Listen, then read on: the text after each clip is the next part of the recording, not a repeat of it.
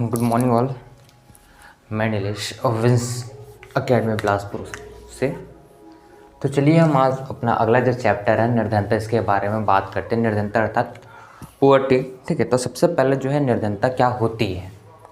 ठीक है, तो निर्धनता का एक सही डेफिनेशन क्या होगा। ठीक है, निर्धनता वह एक स्थिति होती है जिसमें व्यक्ति मूलभूत आवश्यकताओं की पूर्ति नहीं कर पाता है। ठीक है, अगर हम निर्धनता की परिभाषा देखें तो क्या होती है निर्धनता। ठीक है, निर्धनता एक वह स्थिति होती है ठीक है, जिसमें क्या करता है एक व्यक्ति मूलभूत आवश्यकताओं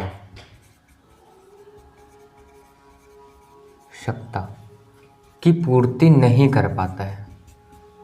अब देखिए मूलभूत आवश्यकता क्या है, इसकी पूर्ति है। देखो अपनी मूलभूत आवश्यकता अगर हम देखें तो तीन चीज़ होती है। क्या होती है? पहले रोटी, कपड़ा और मकान।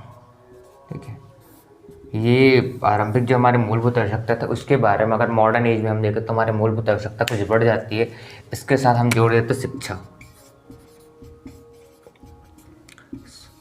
स्वच्छ पर्यावरण। तो ये जो सारा चीज़ जो है, ठीक है, यही हमारी मूलभूत आवश्यकता है। और जो इस मूलभूत आवश्यकता को पूरा नहीं कर पाता वो बेचारा निर्धन व्यक्ति कहलाता है। ठीक है, चलिए, तो ये तो निर्धनता के बारे में एक छोटा सा जानकारी हो गया। अब निर्धनता को हम दो भागों में विभाजित करते हैं।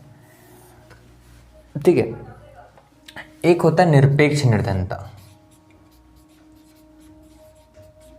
और एक होता है सापेक्ष निर्धनता। ठीक है, तो निरपेक्ष निर्धनता जो है ये क्या है और सापेक्ष निर्धनता जो है ये क्या है। ठीक है, निरपेक्ष निर्धनता का अर्थ ये है कोई व्यक्ति जिसकी मूलभूत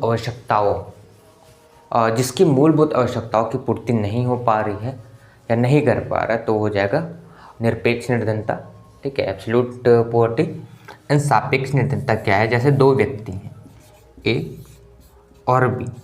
ठीक है, अब दोनों के बीच यदि तुलना होता है कि कौन ज़्यादा निर्धन है, मतलब किसके पास जो धन की कमी, तो मान लीजिए बी के पास ज़्यादा धन है और ए के पास कम धन है, तो ए व्यक्ति क्या कहलाएगा? निर्धन कहलाता है। मतलब दो लोगों के बीच तुलना क्या होती है? सापेक्षिक निर्धनता। ठीक है, चलिए अब हम जो है ये देखते हैं निर्धनता का आकलन भारत में करता कौन है। ठीक है, निर्धनता का आकलन भारत में करता कौन है? तो अगर हम इसका आकलन देखें भारत में, तो इसका आकलन भारत में करता है नीति आयोग। और नीति आयोग जो किसके आधार पर करता है? तो ये एनएसएसओ के आंकड़ों के द्वारा जो है निर्धनता का आकलन करता है भारत में। ठीक है, और जो एनएसएसओ है कौन से मंत्रालय के अंतर्गत आता है? तो मॉस्पी के अंतर्गत। ठीक है, चलिए हम आगे देखते इसी में कि निर्धनता के आकलन का उद्देश्य क्या है। ठीक है, हम निर्धनता का आकलन क्यों करते हैं और निर्धनता के आकलन करने से क्या ही लाभ हो जाएगा। ठीक, तो सबसे पहला क्या करते हैं निर्धनता का आकलन का सबसे पहला उद्देश्य क्या है? ठीक है, पहला आवश्यकता की पूर्ति। हमको ये पता चल जाता है कि जो हमारी आवश्यकता है, ठीक है, लोगों की जो आवश्यकता है ये पूर्ति हो रही है या नहीं। ठीक है, दूसरा है, ठीक है, इससे क्या होता है जो विकासात्मक कार्य जो गवर्नमेंट द्वारा चलाए जा रहे हैं कार्य, ठीक है, जो गवर्नमेंट द्वारा चलाए जा रहे हैं विकासात्मक कार्य, ठीक है, उसकी संरचना निर्माण में ये सहायता करती है। तीसरा आंकड़ों के आकलन में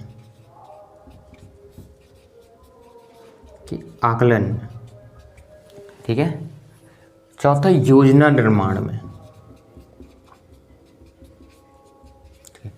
तो आवश्यकता की पूर्ति हो गया, विकासात्मक कार्यों की संरचना हो गई, आंकड़ों की आकलन हो गया और योजना निर्माण। ठीक है, तो ये चार मुख्य रूप से काम करते हैं। ठीक है, मतलब अगर हम देखें निर्धनता करना निर्धनता का आकलन करें तो ये चारों में महत्वपूर्ण भूमिका निभाती है निर्धनता का आकलन।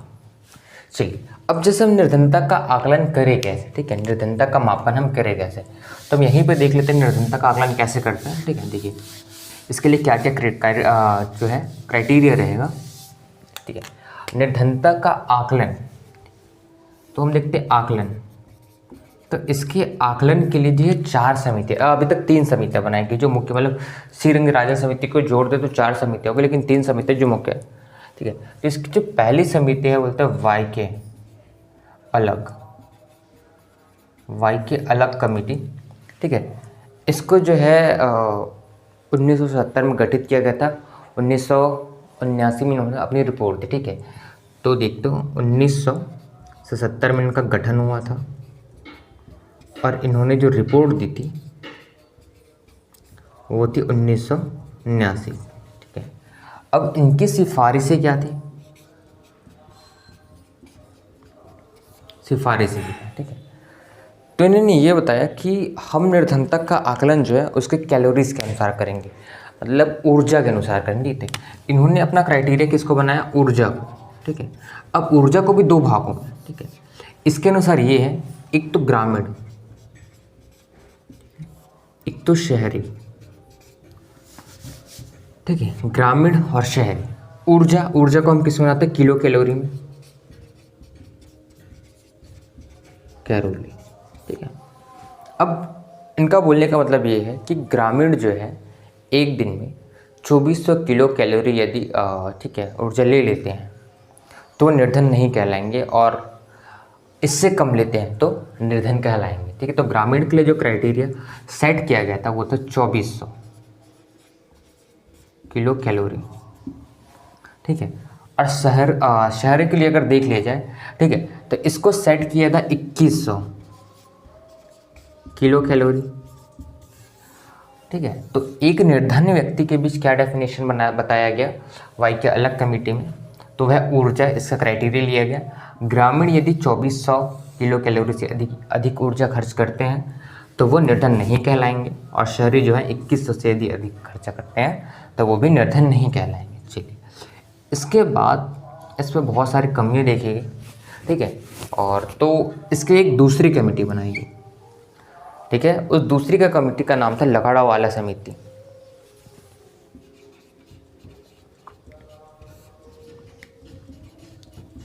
लकड़ावाला समिति। चलिए, लकड़ावाला समिति 1993 में इन्होंने अपनी रिपोर्ट दी और इन्होंने जो है चीज़ों को कुछ अलग तरीके से देखा। तो इन्होंने 1993 में अपनी रिपोर्ट दी। ठीक है, और इनका जो देखने का नज़रिया क्या था, ठीक है, तो इन्होंने अलग अलग बकेट के रूप में, बकेट मतलब कुछ खाद्य सामग्री का जो बकेट है, ठीक है, तो अलग अलग खाद्य सूचकांक ले सकते हैं, अलग अलग बकेट लिख लेते हैं। ठीक है, तो इन्होंने बकेट का यूज़ किया, आवश्यक वस्तुओं का बकेट,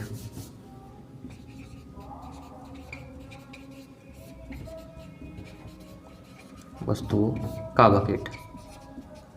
ठीक है, तो ये आवश्यक वस्तुओं का बकेट के जैसे खाने का हो गया, कपड़ा हो गया, तो इन सब के आधार पे अगर कोई व्यक्ति इतना कपड़ा यूज़ कर पाता है या इतना खाना यूज़ कर पाता है तो निर्धन नहीं होगा, ये इसके आधार पे हुआ। लेकिन इसमें भी बहुत सारी कमियां देखी गई, तो अगले एक और जो बहुत फेमस समिति है उसको लिया गया और उसकी सिफारिशें लगभग सारी सिफारिशें मानी गई, तो वह सुरेश तेंदुलकर समिति, जो लगभग 2005 में गठित की गई थी। तीसरी जो हमारी कमेटी है वो, ठीक है, वो सुरेश तेंदुलकर समिति। –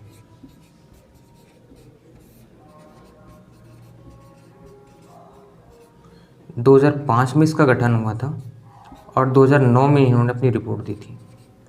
अब इनकी सिफारिशें जो है बहुत ज़्यादा मानी गई क्योंकि इन्होंने प्रतिदिन खर्च के आधार पे, ठीक है, देखो पहले जो कमेटी थी वाईकेएल कमेटी, इन्होंने किलो कैलोरी, तो ये मापना थोड़ा सा सभी व्यक्तियों के लिए बहुत ज़्यादा कठिन था। ठीक है, लकड़ावाला समिति ने जो बकेट का नाम दिया, ठीक है, आवश्यक वस्तुओं का जो बकेट है, एक बॉक्स है, तो किस व्यक्ति की कितनी आवश्यकता है ये भी नापना थोड़ा सा दिक्कत दिया। ठीक है, और पॉसिबल नहीं था, तो 2005 में जब सुरेश तेंदुलकर समिति का गठन किया और 2009 में इन्होंने रिपोर्ट दी, तो इनका मुख्य आधार था प्रतिदिन खर्च, ठीक है, प्रतिदिन खर्च। अब देखिए प्रतिदिन खर्च क्या है और प्रतिदिन खर्च कितना होना चाहिए। तो इन्होंने भी लगभग, ठीक है, प्रतिदिन खर्च को लगभग 2 भागों में बांटा, एक फिर ग्रामीण आएगा और एक शहरी, ठीक है। और ये जो है इन्होंने मासिक आधार पे ले, क्योंकि दैनिक आधार पे तय करना थोड़ा सा प्रॉब्लम हो सकता था, कठिनाई हो सकती थी इस बात के लिए। तो उन्होंने क्या किया कि दैनिक आधार पे मासिक आधार पे इन्होंने लिया, ठीक है। तो उन्हें बताया कि गांव वाले कम खर्च करते हैं, तो 816 रुपये मासिक गांव वालों के लिए, ठीक है, ग्रामीण, ठीक है। शहरी में ले, ठीक है, तो 1000 रुपये मासिक, 1000 रुपये मासिक, ठीक है।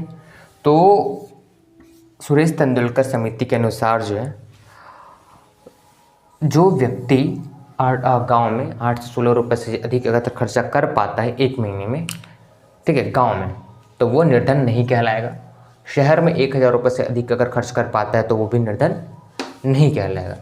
तो ऐसे सेट किया गया क्राइटेरिया सुरेश तेंदुलकर समिति के अनुसार, और सुरेश तेंदुलकर समिति के अनुसार लगभग 22%, 2009 में जब इसकी रिपोर्ट आई थी तो लगभग 22% भारत के लोग जो है निर्धन थे, ठीक है। तो ये हमारी जो 3 समितियाँ है जो बहुत महत्वपूर्ण समितियाँ। इसके बाद एक और समिति को लाया गया, ठीक है, जिसको बोलते सी रंगराजन समिति, ठीक है।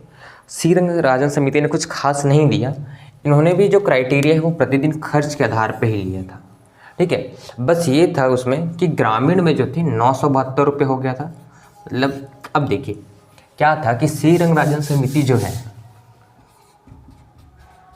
ठीक है, सी रंगराजन समिति जो है इसका जो गठन है वो हुआ 2014 में, ठीक है, इसने अपनी रिपोर्ट दी 2014 में।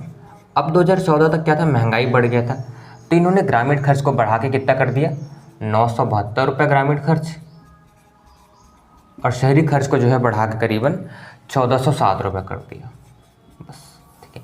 ये महंगाई बढ़ने के कारण था। जो सारा क्राइटेरिया था वो सुरेश तेंदुलकर समिति को से लिया गया था, ठीक है। और इसके अनुसार जो है भारत में 45% निर्धन हुए, ठीक है। अब देखिए ये 22% से 45% कैसे हुए, क्योंकि खर्च बढ़ गया ना सीधा सीधा, ठीक है। अब 872 रुपये खर्च करना बहुत आसान है, लेकिन 972 रुपये बहुत बढ़ गया, ठीक है। वैसे 1000 से 400 रुपये बढ़ गए, 1400 रुपये के सुरेश तेंदुलकर के अनुसार से, ठीक है। तो जैसे ये जो है खर्चा बढ़ा तो क्या हो जाएगा, निर्धनता बढ़ जाएगी, ठीक है। तो मेरे हिसाब से लगता है आपको समझ में आ गया होगा कि क्या था और कैसे था, ठीक है, कैसे लिया गया निर्धनता का आकलन और इसको कैसे बनाया जाता है। चलिए एक और वर्ड है जो हम देख लेते हैं यहीं पे,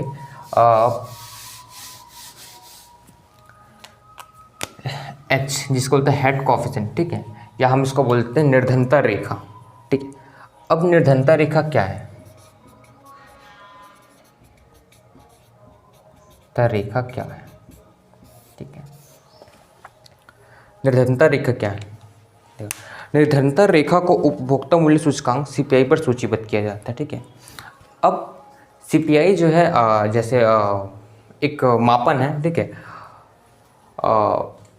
जैसे हम बोले मापन, किसका मापन, तो ये है मुद्रास्फीति। जब हम मापते हैं तो हम किसके आधार पर नापते हैं, ये हम आगे पढ़ेंगे मुद्रास्फीति वाले चैप्टर में। तो वैसे एक मापन है जो हम सीपीआई के अनुसार नापते हैं, ठीक है। तो जैसे उससे नीचे हो गया तो वो निर्धन है, ठीक है। उपभोक्ता मूल्य सूचकांक में हम देखते हैं, ठीक है, कि एक क्राइटेरिया सेट करते हैं, अगर उससे नीचे हो गया तो वो क्या है, निर्धन है, ठीक है। उससे नीचे वाली जो है निर्धन रेखा में आती है, तो हम इसको बोलते हैं निर्धन रेखा या हेड कोएफिशिएंट, ठीक है।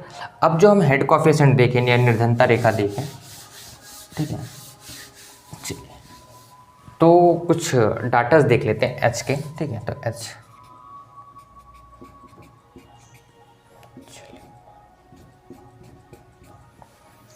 चलिए देखते हैं। तो 1973-74 की बात करते हैं। सबसे पहले 1973-74 में जो हमारा निर्धनता रेखा था, ठीक है, वो 59% था। 73-74 में, ठीक है। एच की जो वैल्यू थी वो 59.3% थी, ठीक है। और वही हम बात करें 1994-95 में, 94-95 में, ठीक है। तो यहाँ पे जो हमारी जो है, ठीक है, निर्धनता रेखा घट के जस्ट आधा हो जाती है, मतलब लगभग 36% हो जाती है, ठीक है। मतलब अगर भारत की जनसंख्या 100 करोड़ है, ठीक है, तो उसमें से 59% लोग निर्धन थे, ठीक है। 1994-95 में ये घटकर 36% हो गई, ठीक है। और यही हम देखें 1994, उसके बाद 99, 2000 की बात करें, 1999 और 2000 की बात करें तो ये और घट गई, और ये कितनी हो गई, लगभग 26% हो गई, लगभग 2000 ले लेते हैं डायरेक्ट, ठीक है। तो 26% हो गई। चलिए थोड़ा और आगे आता है 2011-12 में, ठीक है, 11-12 में अगर हम ले, ठीक है, 2011-12 में जो है ये 21.9% के आसपास आ जाती है, ठीक है। चलिए ये आ गए 21% के आसपास। तो ये हमारा जो निर्धनता का अनुपात है, ठीक है, 1973 से लेकर और 2011-12 तक ये यही था, ठीक है। इसके अनुसार क्या है, निर्धनता घट रही है। अब निर्धनता यदि घट रही, इसका मतलब क्या है, गवर्नमेंट अच्छा काम करे, गवर्नमेंट अच्छी स्किल निकाल रही है, गवर्नमेंट जो है सारे रोजगार सृजन हो रहा है गवर्नमेंट की तरफ से, ठीक है। गवर्नमेंट कौशल विकास योजना चला रही है, ठीक है, जन धन योजना बना रही है। तो इससे जितना विकासात्मक कार्य करेंगे, ठीक है, उतनी बेरोजगारी कम होगी और निर्धनता कम होगी, ठीक है। चलिए तो ये था निर्धनता का कुछ आंकड़े, ठीक है। इसके अलावा ठीक है, फिर हम यहीं पे ख़त्म करते हैं, क्योंकि ये सारे जो इम्पोर्टेंट पॉइंट्स हैं वो जो नॉर्मल एग्ज़ाम के लिए इतना काफ़ी है, इससे ज़्यादा कभी कुछ आएगा नहीं एग्ज़ाम में। चलिए ठीक है, थैंक यू सो मच।